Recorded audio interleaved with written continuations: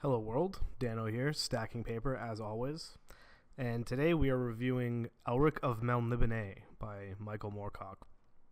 This is the first Elric story. And going forward for the entire month of May, I'm committing to reading only Michael Moorcock. Yes, get all the jokes out for all the kids out there who don't know his name. Yes, it's hilarious. But anyways, I have all these Eternal Champion omnibuses stacked up that I just haven't read yet. So I'm just going to blitz through as many of them as I possibly can. I decided to start with Elric because he's the most famous. And this book, I'll be just going to start out not really a fan of this one. It's just off the bat. I'll get into it. But a little bit of background. This book isn't the first Elric story, not by a long shot, in terms of like publishing. The first Elric story came out in 1961, Dreaming City. And Moorcock wrote a bunch of short stories, novelettes, novellas, all throughout the 60s that just kind of expanded on this character. And it's just, he's the antithesis of Conan. Like, he's the brooding, sickly albino, who rides dragons and has a sword that steals your fucking soul. And it's sentient. That's awesome. And in 1972, he decided to write this book, Elric of Melniboné, as a prequel to all of the stories that he had written before. And this is actually the order that he prefers it to be read in, because in the 90s he compiled all these omnibuses, which are the ones that I'm reading from, and he gives you the order that you should read these in order to understand it the most. So it actually does make sense to read this one first. However, holy shit, the book just drags like a motherfucker. It's slow as piss, and it's unfortunate, and there isn't really much happening. It's very by the numbers, and I know this is probably the reason I don't like Sword and Sorcery in the first place. Is it's the tropiest shit ever. But I'll give Moorcock credit. This character Elric, he flies directly in the face of all the tropes that had just most recently been established, like Lord of the Rings, Conan, and what a hero is. Elric is totally different. And he is the saving grace of this story, because I love the character of Elric. He's such a well-written character. He is this, enigmatic emperor. I don't know if enigmatic's the right word at all, actually. Well, let's strike that from the record. He's this brooding emperor who he rules this throne of this kingdom that has ruled the world for 10,000 years. But in the last 400 years or so, their powers definitely waned, but they're just so circle jerking each other that they're just blind to it. They think that they're the shit. And Elric is the only one who has any sense of morality. It's a sadistic nation, pure hedonistic peak, Babylon on fucking crack cocaine. But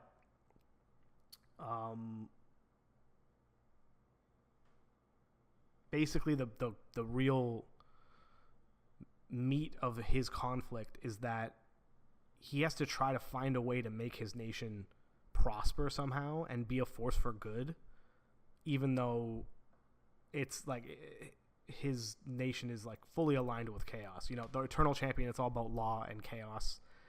It's not really good and evil. It's just about balance. So Elric is one of these Eternal Champions, and his goal is to balance this chaotic world that has been put into motion by his own nation.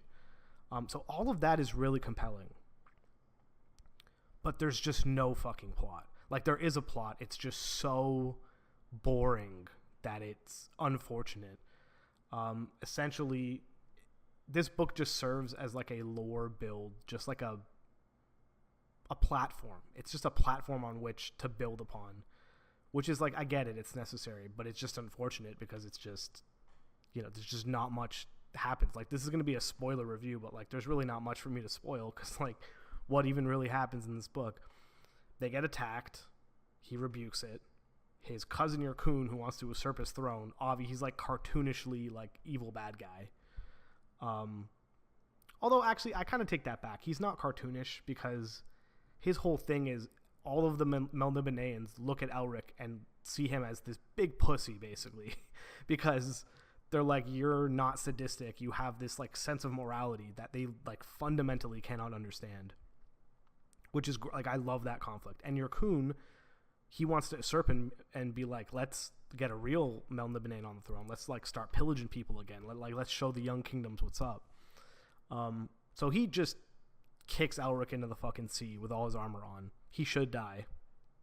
But Elric remembers this old rune chant that his family has known for generations, and essentially summons the god of the sea, who saves him and then teleports him back to Melniboné after. Here's point of objection number 2 in why I'm not a huge fan of sword and sorcery, and particularly butter soft magic systems. And that is, you can just use magic to just solve any problem. You know, you're going to get a lot of these Deus Ex Machina moments that I know are going to be coming all throughout this series. But just because I know it's going to happen, it doesn't mean that it makes it any more digestible for me. Like, I really don't like it. Like, he goes back to Melniboné, confronts Yyrkoon. He's like, how the hell did you get back here? That's crazy. And he's like, I got the old blood, baby. I can fucking do whatever I want.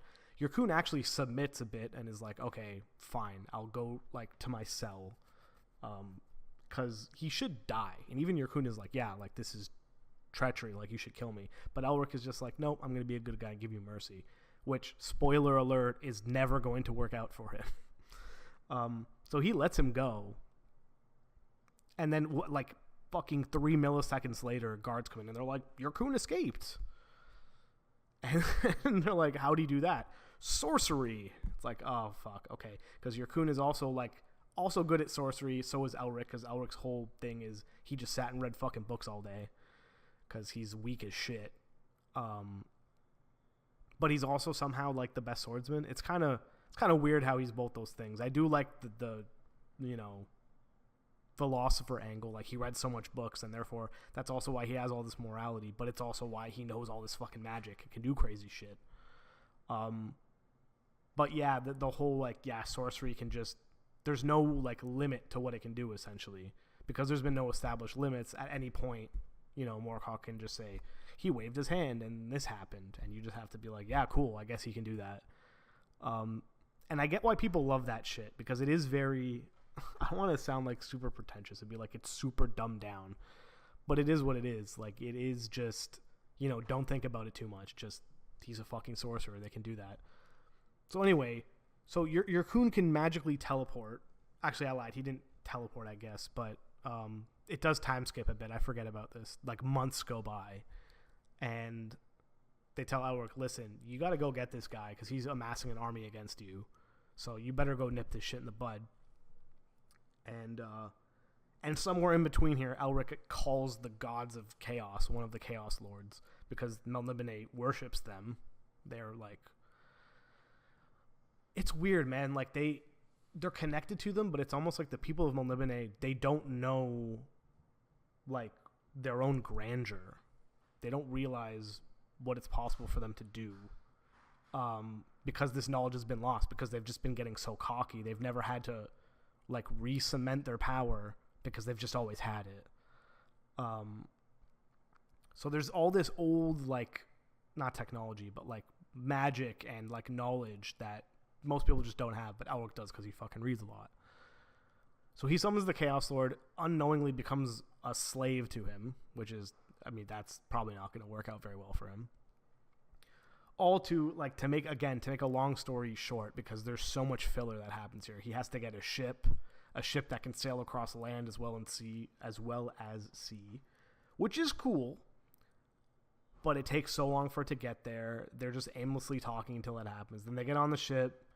Then he's got to talk to, you know, an earth god. He's got to deal with his problems because he wants his ship back. And it's just a lot of this just schlocky bullshit until he gets to where Yyrkoon is at precisely the time that he's trying to get these two, what are they called? Rune blades.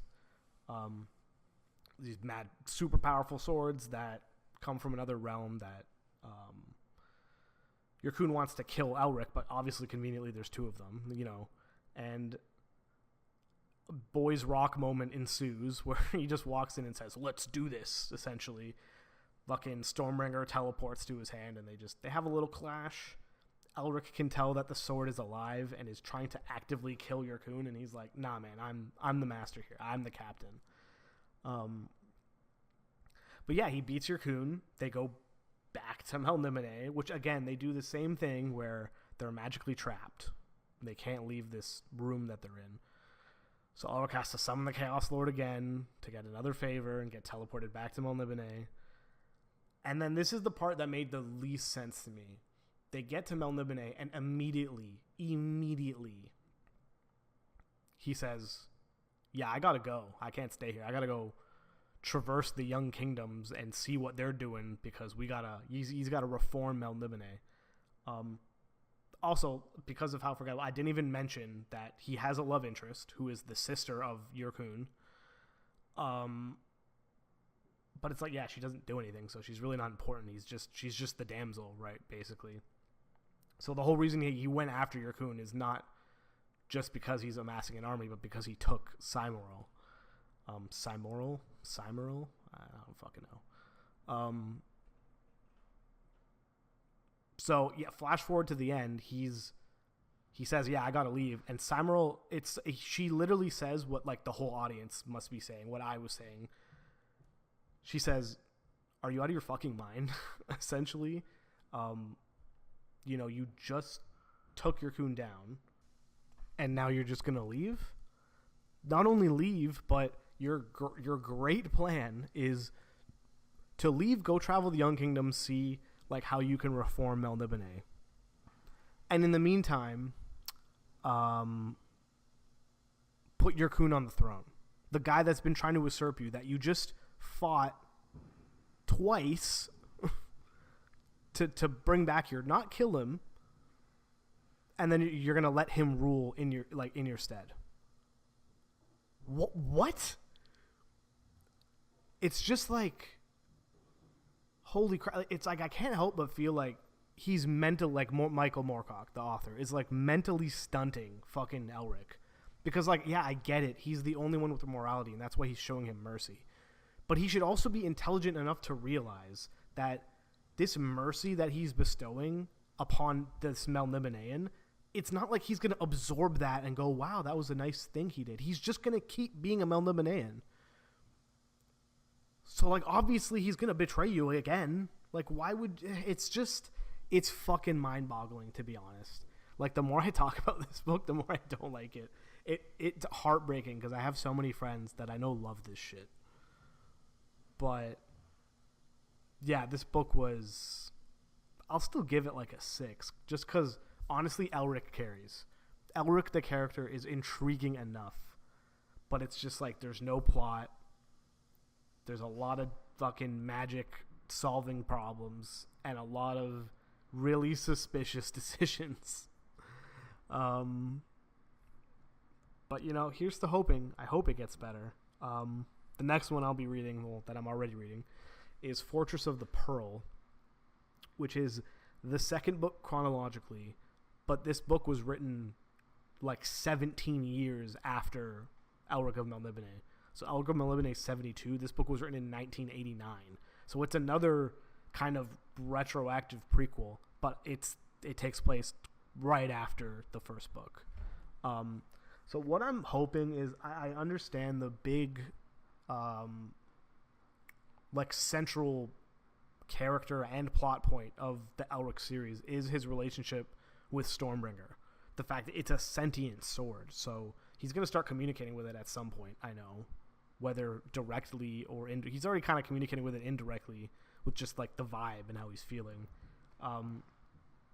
Yeah, hopefully it gets more direct, and hopefully we get to see some, fucking soul-stealing action, because I think that's probably gonna help it along. It's probably why the early Elric stories were popular, because it just got straight to it, and it's just just fucking awesome metal fantasy shit. But yeah, this prequel was it's a lot of groundwork and just not a lot of anything else. So it's hard for me to judge it that hard, but yeah, it is what it is. Like, not a lot happens, but Elric's cool. I hope he continues to be cool. Hopefully the plots get better. And, yeah, trudging ever forward with the Eternal Champion.